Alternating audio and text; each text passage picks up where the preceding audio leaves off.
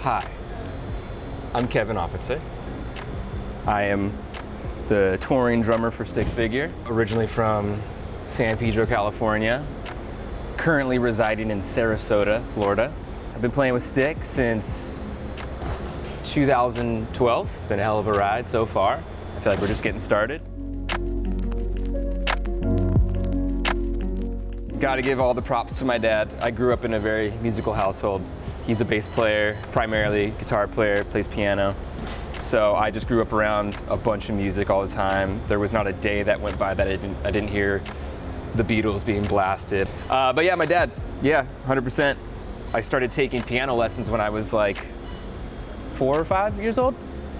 And then I just wasn't really digging all the classical stuff. I respect it, but it just wasn't me. And I decided that I wanted to play drums, and was lucky and fortunate enough to have parents that supported the music at a young age. And I ended up getting a drum set for Christmas one year, and I think I was like 9 or 10 years old, and I still have the drums.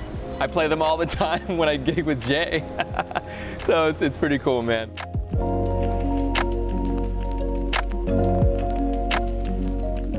I was living in San Pedro, recording a lot for artists and teaching a little bit.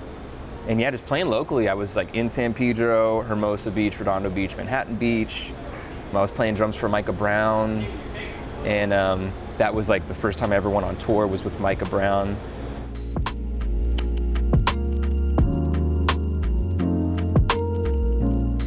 Some promoter or something like that locally was like, hey, have you heard of Stick Figure, yada yada. I had heard of Stick, of course.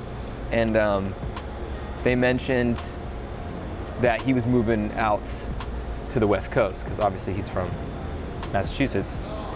So I just shot him a cold call email. I was like, hey man, if you're coming to LA area, I'd love to link up. And he's like, thanks for the message, but I'm moving to San Diego and want someone local.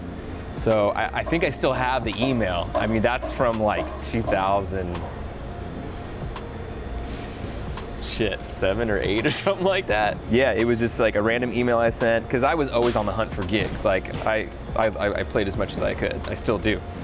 I love it. And then like he started playing with Todd Smith, because he was, a couple hours away from me being in the LA area and him being an SD. But then when the touring opportunity came up and he decided to finally dive into that, I got the call, because Todd Smith, great drummer.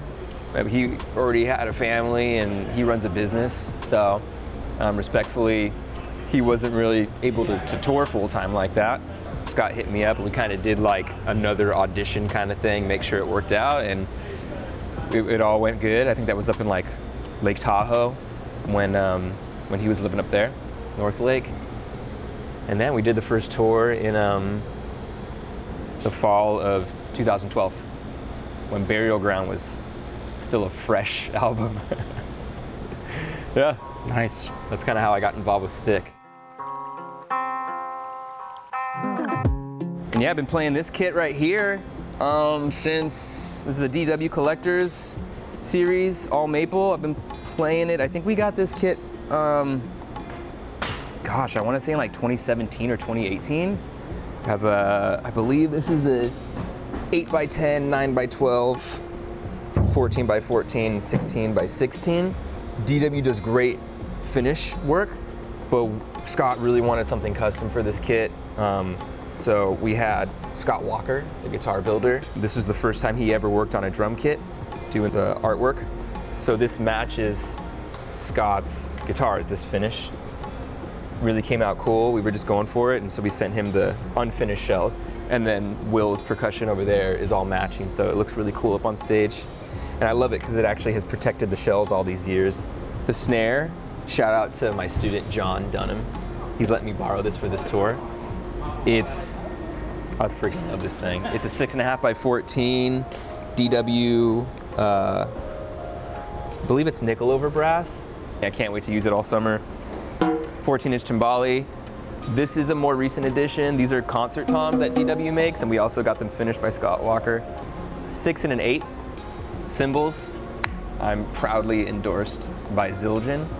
Really specifically picked these cymbals to sound and be able to interpret like what stick sounds like on record and bring that live, because the cymbals on the album have a certain sound, and the Ks really like match that in the best way, I think.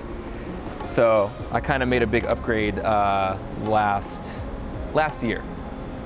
Just a blend of like sweet crashes. I got the sweet hats, crash right over here, some of the hybrids, fast crashes. I use a Roland SPDS-X Pro for some like dub hits and sound effects that are pretty crucial for, you know, the live performance. I use this butt kicker, Porter & Davies. Freaking love this thing so much. It makes me play more in time, in tempo. I actually hate not playing with that thing. It's like, it's the best. Also proudly endorsed by Vic Firth.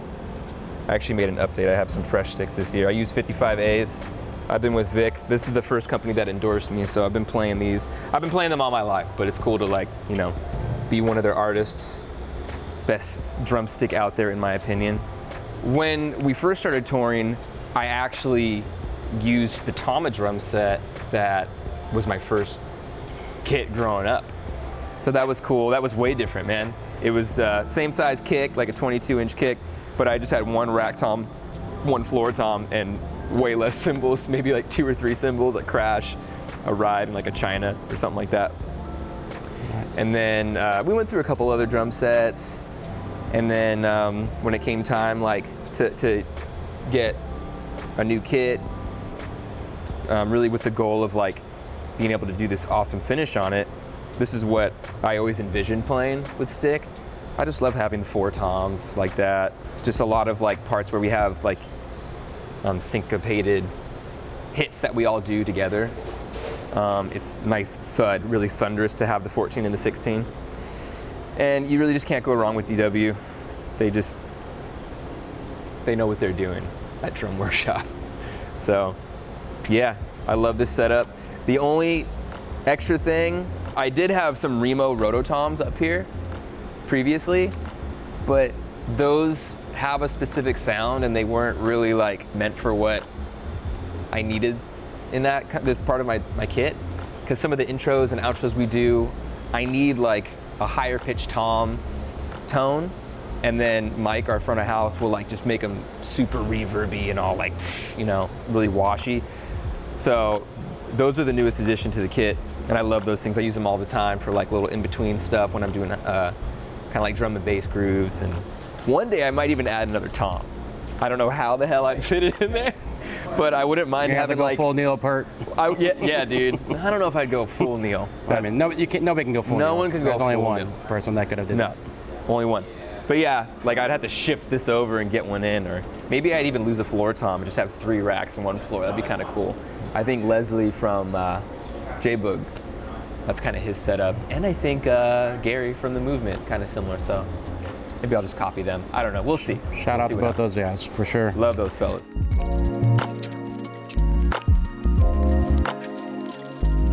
Just practice as much as you can, like even regardless of your setup.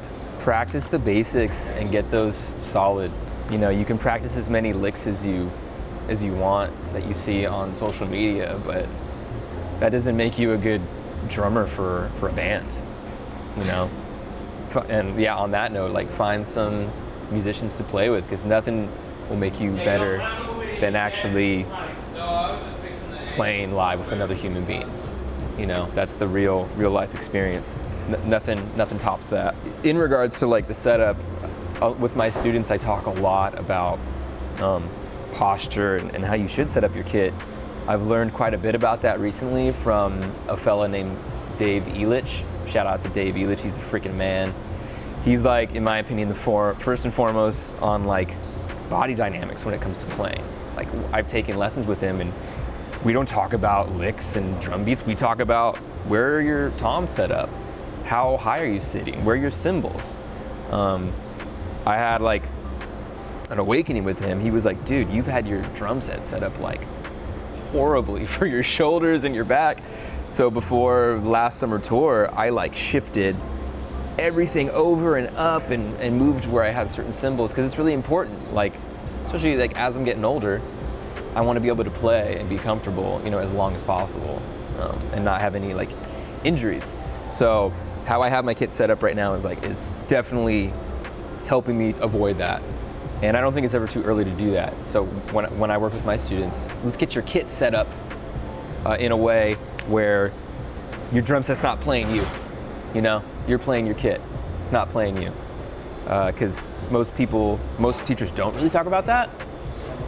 And ironically, it's one of the most important things because it'll just be easier to learn when you're physically comfortable and there's not as much like brain drain being wasted on like playing a kit that just isn't set up that great, you know?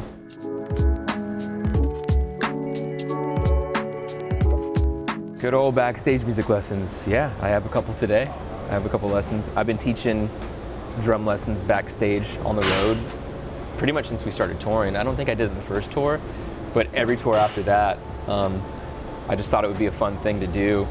I've done it every single stick tour since, I think 2013. People come down early when it's nice and quiet and the venue's, not really filled with any energy whatsoever, just everyone's getting ready to go. So it's a cool experience to be kind of behind the scenes before it gets crazy. And yeah, I always bring a kit, like a backstage lesson kit, so it's properly backstage. And I do hour-long sessions. It's so much fun, that's all I can say. Every lesson's different. I work with all ages, all skill levels, and we always have the best time. Other touring artists doing backstage as well? Yeah, yep.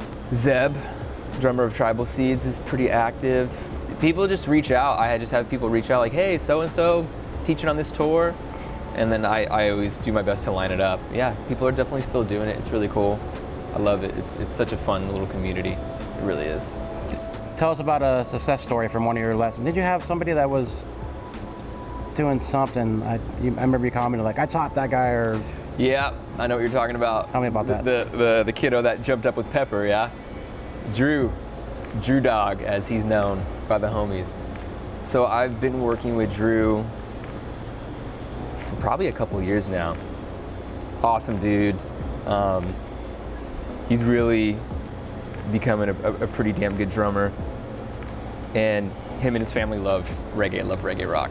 So they were at a Pepper show in St. Augustine, and I think he had a sign up or something that said like, I can play whatever song. And the boys in Pepper, they brought him up, he played, I think it went pretty well, and like what a freaking cool moment for him. And I think that just super inspired him. Like, dude, could you imagine like being in middle school, high school, and getting to hop up on stage? It's incredible. Proud papa moment right there. Totally, yeah. Proud teacher moment too, man. Absolutely. And I think they're coming through again this year, and he's like, I'm gonna ask, I think they'll let me do it again, and I'm gonna do way better this time. He's all pumped to kind of one-up himself. And it's just inspired him to practice more, which is so cool, because like that's what it's all about. So, the fact that like they gave him that experience, like, it's so inspiring, and that's what this is all about, inspiring people. So yeah, good old Drew Dog. Love that. One of my star students.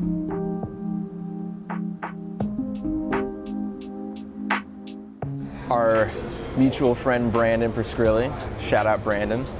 Poppy. He called me one day, or did he text me? And he didn't ask me, he told me that I'm gonna play drums in a band with Trevor Young, who plays in Soja, and Kyle Wareham, who is the Scott Woodruff of Three-Legged Fox. And I said, okay, well, I guess I can't say no. And this sounds cool. I was gonna say yes anyways. That was, I think, about 2 years ago. And the idea was just to play covers and have fun and like play after parties at like Cali Roots and stuff like that. But then we got together for our first rehearsal, and we pretty much had a song finished in a few days, and we kind of accidentally became a real band. Yeah, man, it's been cool. We've released a full-length record and an EP already, and some singles, and we've toured out west, and we have more shows coming up, and it's been super fun, man, how it came together. I love when things just happen organically like that, and that's what it's been. And I really love those guys, and I love making music with them. It's really, really fun. It's different from what I do with Stick, so that's cool. I play a different drum set. I think about it differently, the songwriting process and everything. So Yep, writing and singing and stuff too, right? Yeah, I sing verses and stuff, which is new territory for me, but you know, gotta rise to the occasion. We are Algorythm, and the spelling, it gets people. It's ALGORHYTHM, like rhythm. Right on, man. Well, thank you very much for this. It's been awesome, bro. Anybody else you want to shout out as we wrap this up? Oh man, you, Bulldog, thanks for doing this. We've been talking about it for a while, man, so it's cool to finally do it. It's really been fun, and like I said, man, I feel like we're just getting started, dude. 100%. I ain't slowing down. Thanks, Kev. Right on.